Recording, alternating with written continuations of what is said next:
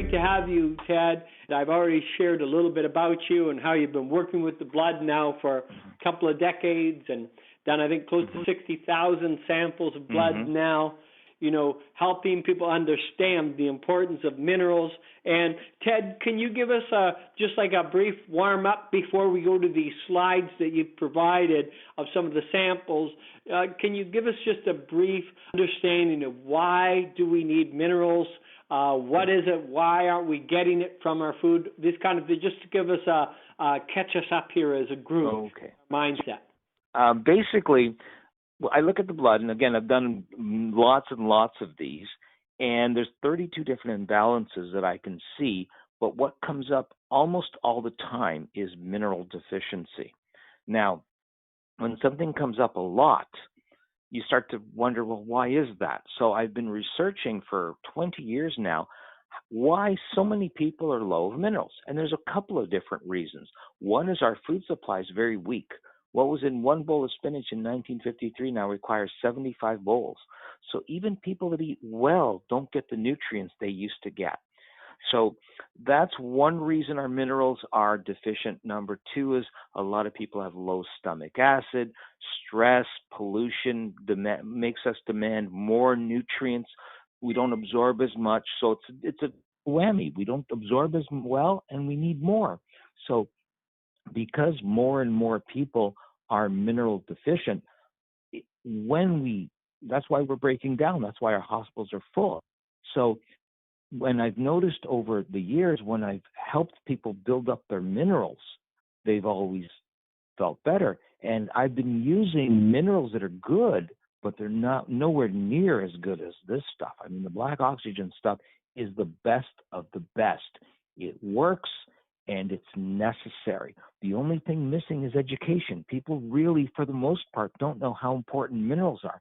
That's our job. If we can get that information to them, and then they start to see the differences, more energy, better sleep, better skin, then they'll know what we know, which is minerals are essential. That's the 2-minute version of how important minerals are. Okay, well, I appreciate that, Ted, and thanks you. Sylvia's forwarded a couple of slides to me here, and I don't know that you're on the webinar, but she's sent on the series 1 is cells that are very stuck together, long strings, it looks like, all compacted together. Can you? I don't know. Do you see that, Ted, or do you know what I'm referring to? No, I don't. But I know what that is, so I can explain it to you. Basically, that's called cell aggregation. Red blood cells should have a negative charge, just like two negative magnets. They should bounce off each other. When they lose that charge, they stick together, and the blood just doesn't flow as well. It's not life-threatening. It's what I call quality of life-threatening. Some people get cold hands, cold feet, hot hands, tingling, numbness. Their bodies just don't work as well. And the challenge is because the cells are stuck together, the nutrients can't get in to restore the charge. So it becomes what we call a self-perpetuating problem. They become stuck together because they're stuck together. So you need to do something to help them get strong and restore their charge. So if you see the after, you'll see that we've been able to do that. Now the blood's flowing better, it's taking in nutrients better, it's exchanging oxygen better, it's just basically doing what it's supposed to do much better. And so how long would that last, Ted? I mean, obviously we need to keep taking minerals. Yeah. So would the cells return to that aggregated state? Yeah, absolutely. Now, it'll happen different in different people, and I haven't really the goal, if they're aggregated and the first day you take this stuff, they're back to normal for 5 or 10 minutes and then stuck again. And then the next day, 20 minutes, and then next day, an hour. If eventually it gets to 24 hours a day, then they'll stay that way because you're taking these nutrients regularly. And then because they're not stuck together anymore, that's going to become their new state. So your blood's going to flow better. your energy is going to be better, and your whole body's going to be better. But I think it's a cumulative effect over time. How long is probably going to be different in different people based on, how stuck they are, how much stress they have, their age, their physical activity level, and probably a dozen other factors. So, if I could tell you, well, it'll be exactly 7 minutes and 12 seconds, you say, oh, look how smart this guy is. But the reality is it's going to be different with different people. I think this is exciting, Ted, what you just mentioned, because like you say, so you're kind of building up a residual effect where you're remineralizing the cells of your body, and then they're going to consistently be like that, but it may take months or maybe a few years to come to that position of remineralizing your body. Is that a true statement? Absolutely, because we're using these minerals as well. Every metabolic function requires a mineral. The only reason you can hear me now is you're using up minerals. The only reason I'm talking right now is I'm using minerals. I move my hand, I use minerals. That means all of us on this phone call have less minerals in our body than when we started this phone call, unless we've been taking the minerals during the call. But barring that, then all of us are using up these minerals, and we need them. So when you take minerals, it's not like you take them and you just store them. You take them and you store the excess, but you're using them up. And some of us, if we sweat more, if we have more stress, or if we're physically bigger, we may need double the minerals of the next person. So we always have to keep feeding our bodies minerals. People that use minerals on a regular basis, they are definitely healthier, and nothing but good happens. Now, if you look at what Linus Pauling said, he said every disease is traced back to a mineral deficiency, and it is so true. When your minerals are low, you open yourself up for all kinds of things because the body becomes acidic, and all these bad things grow in acid. Well, minerals alkalize the body, so mineral-rich people they're not bulletproof, but I call them bullet resistant. They are definitely going to I love it. be stronger, live longer, and be better. Now, one thing is some people will connect, when they use an analogy, they'll say minerals are like the gas in the car. I don't think that's right, because you see, even if your gas tank is on empty, you'll still run just as well. Minerals are like the oil in the car. If you have a car that needs 4 liters of oil, it'll probably run on 1 liter. So if you take the other 4 out, yeah, your car would still get you to the store and back. Maybe it wouldn't run as well. Maybe it wouldn't run as long. Maybe it would need more maintenance, but it'd still keep going. But we'd never do that with our car. If our car takes 5 liters of oil, that's what we're going to put in there.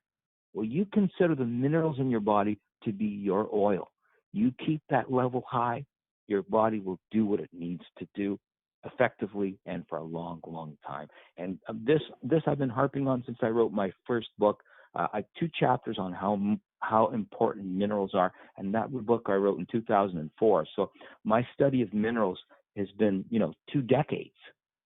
2 decades. That's why I'm so excited about this company, because as soon as Sylvia mentioned to me that this was a mineral company, my ears perked right up, and I said, wow, this is what we need. We need a good quality product, and we need to educate people on it. Well, and this is true, Ted. I have a lot of people saying to me that, they've been taking minerals, and earlier on in the discussion while we were, waiting, for you to arrive here, I mentioned that a lot of supplements, mineral supplements, you had mentioned to me, are really just crushed up rocks. So I guess that wouldn't create a difference. Is our body able to absorb those? Well, what happens is with metallic minerals, you can get a little bit of absorption. It's something like 3 to 5%. Now, if your stomach acid is really strong, like you're an 18-year-old with battery acid in your stomach, you might get up to 10%. So you will get some benefit, but with an organic mineral, we're talking about close to 100%. So that's the difference, because if the bottle of metallic mineral says take 1 pill a day, you're not going to take 10 pills a day. Number one, it'll cost you too much, and number two, you'll think about, overdoing it. So people that are taking metallic minerals will get some benefit, but they're not getting the benefit they're going to get from this black oxygen. You're going to absorb all of it. And so the analogy I use with metallic minerals is it's like you go to the store and you buy a dozen eggs, and as soon as you get home, you throw 10 in the garbage and you put 2 in the fridge. Well, you'll be able to make an omelet with the two you put in the fridge, so you didn't completely waste your money. But you'd never do that. You want to put all 12 in the fridge because you paid for all 12. That's the difference. So Okay, is there good. value to metallic? A little bit. But this stuff is way more absorbable. And I've had, now, because metallic minerals are hard to absorb, a lot of the metallic minerals are chelated, which means the companies will put a protein coating around it, and that makes them something like 20% absorbable. So again, now you're only throwing, 6 eggs in the garbage. But you know what? With the black oxygen, you're buying 12 eggs, you're putting 12 eggs in your fridge, you're going to be making omelets with all 12 eggs. That's good business, and that's why we're getting the results we're getting. That's why we're seeing earth-shattering results, and the blood's changing very dramatically, very quickly, because our bodies are starving for these minerals. As soon as we introduce them, the body will just take them and run with them, and that's basically it. And Lewis is asking how much should we take? I know that our sachets are 5 ml. The suggested serving size on the bottle is 5 vials, which is 5 ml, and there's 5 ml in the coffee. Is that enough, Ted, or what's your thought on how much should we take? We're all so different that you can't just paint everybody with the same brush. Some people say, well, in the beginning when we're really low, let's take more. Other people say, let's take a lesser dose so that the body doesn't detox too quickly.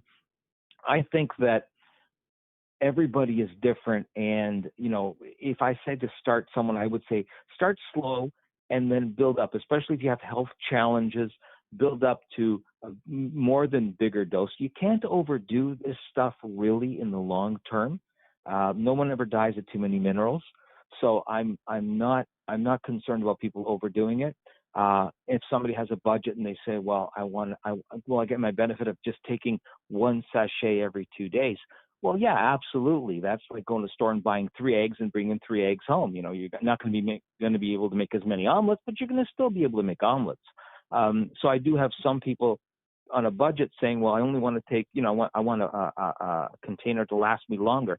I'd say absolutely. You're still going to get benefit.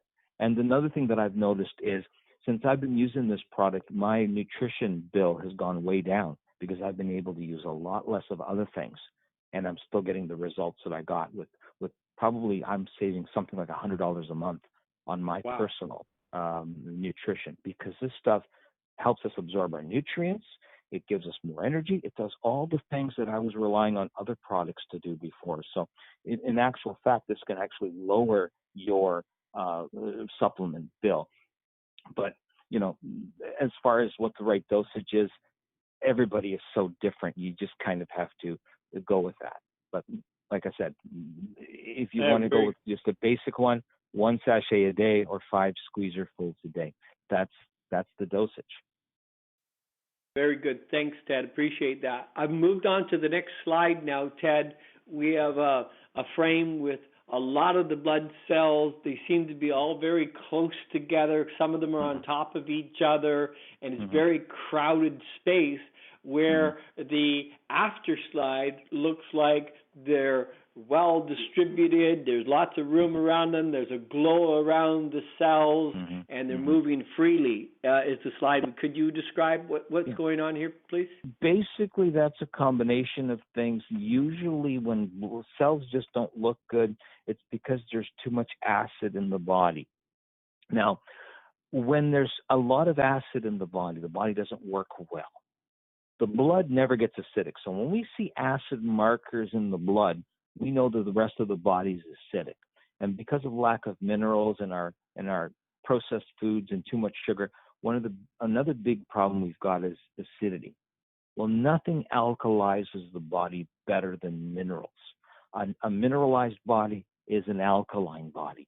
And alkaline bodies, because bad things grow in acid, fungus, mold, yeast, viruses, cancer, all that stuff, when you alkalize your body, you put your body into a state of health. In fact, the guy Otto Warburg won 2 Nobel Prizes in the 30s for proving that cancer can't grow in an alkaline environment and in a non-oxygenated environment. So anything we do to alkalize our body, to oxygenate our body, makes us stronger. So those two are a difference of an acidic environment turning into a more alkaline body. Now, Ted, can you kind of comment on what happens if we don't have minerals? Our body is still seeking to be alkaline. What happens in a situation like that? Well, what happens is the blood, for example, is a very essential nutrient. It's a very essential liquid. And our blood needs to be at a very narrow pH, 7.345. It never varies. If it varies from that, even a little bit, we're in big trouble. So the kidneys do a chemical analysis of the blood 100 times a second to make sure that the blood is alkaline, at the right alkalinity. Now, if it detects that the blood is becoming acidic, it needs to find alkalinity from other parts of the body. Well, where's it going to find it? It can find calcium out of the bones. It can find, when we do saliva testing and our pH is acidic, where does that alkalinity go? Well, it goes to the blood because the saliva is a non-essential liquid. The blood is an essential liquid. Also, when we have calf cramps, that's because that calf has become more acidic. Where's that stuff gone that keeps the calf alkaline? Into the blood. So when you're in a state of acidity, your body's constantly trying to alkalize the blood to keep you alive. And that's why the rest of our body basically gets thrown under the bus. So if we can alkalize our body, then it's not going to have to take calcium from the bones. It's not going to have to take hydrogen and stuff from the saliva. You're not going to get the cramps because your body's going to take the alkalinity from the diet, from the supplements. That's why it's super important to keep your body at a high level of mineralization. It's the most important thing. We're 70% water. Take that away, we're about a shoebox full of chemicals, which are mostly minerals. So water and minerals is a human body's bricks and mortar. If you're low of one or both, you're not going to fare so well. And so, of course, we drink lots of good quality water. We take our minerals, and like I said, doesn't give you guarantees, but certainly does tilt the odds in your favor of being healthy and living a long, long life. And I guess even we had a couple of comments coming in about children. Ted, is it okay to be giving minerals to children? Because I know a lot of supplements, they say, hey, don't consume unless you're 18 years of age or over. What about the Black Oxygen Organics and children? Absolutely. Minerals are little versions of us. So they need minerals. In fact, kids need more minerals than adults because the adults on this line, all minerals have to do in our bodies keep us alive. If you're 6, the minerals have to keep you alive, but there's growing going on. Your foot's going to be twice as big in a couple of years. Where's that growth come from? Minerals. And kids' minerals are, kids' soils are as weak as ours. In fact, the fastest growing rates of stroke, aneurysm, and diabetes is kids under 12. We've got millions of kids on narcotics for ADD. It's an epidemic of how our kids, and people are saying that this generation may be the first group of people that actually don't live as long as their parents. That's scary to me. Now, I've got 5 kids, and I've been giving my kids minerals since before they were born. And I've got 5 kids now. They're all adults right now, but they've never an ear infection, never a cold. Basically, all scholars, all on scholarships for being really smart. And I tell people all the time, statistically, when you have 5 kids, no matter how smart the parents are, you should have 2 smart kids, 2 average kids, and 1 idiot, right? So that's just the way it is with averages. Well, all 5 of my kids are Ontario scholars. They're all really, really smart. And one of the reasons is their nutrition has been top-notch since the beginning. They've been on minerals, like I said. When they were fetuses, they were taking minerals through my wife. So, I mean, I can see it in my clients. I can see it in my family. Kids are just little versions of us. They need minerals just as much as we do. Don't be afraid of giving your kids minerals. Like I said, the best gift you can give them is minerals. They'll get less colds, less ear infections. They'll miss less school. Their bodies will just work better. So I guess this begs the question, Ted, for about pregnant women. I mean, when you're talking about your kids were getting it, in the womb, are you suggesting that pregnant women can also use minerals? Well, absolutely. The fetus. I mean, women turn a speck into 9 pounds in 9 months. Now, the way Mother Nature works things is that the fetus is far more important than the mother, because that's the reason there'll be people on the planet in 100 years, because babies need to keep getting born. So what happens is the baby is like a parasite. It takes and takes and takes. If the mother doesn't take enough nutrients in, the baby still has to grow. Where are those nutrients going to come from? The mother's body, the bones, the teeth, places. And that's why a lot of women suffer through pregnancy. Years ago, when our soils were good, there's stories of women that would give birth, and an hour later, they were back in the fields working.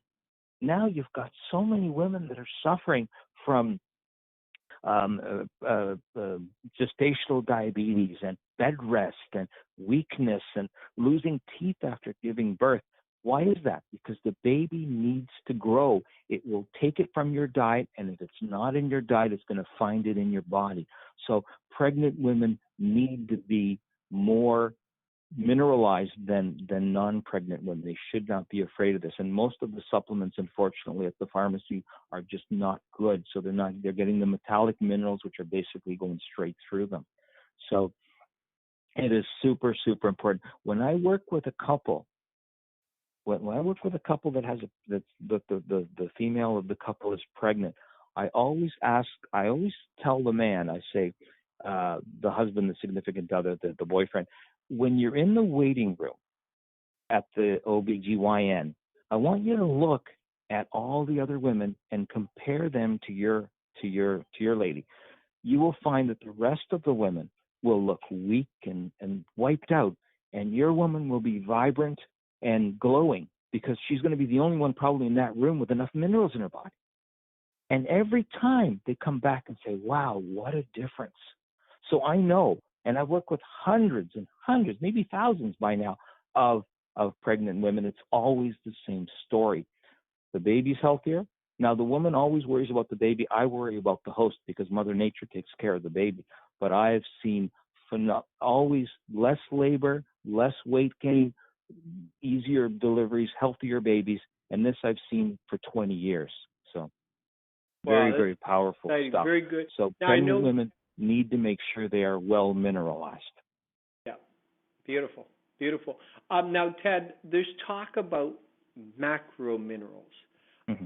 What are macro minerals, and are there enough in the New Water product? Yeah, basically there's 3 kinds of minerals. I call them macro minerals, which are the big ones, the calcium, magnesium. You need truckloads of those.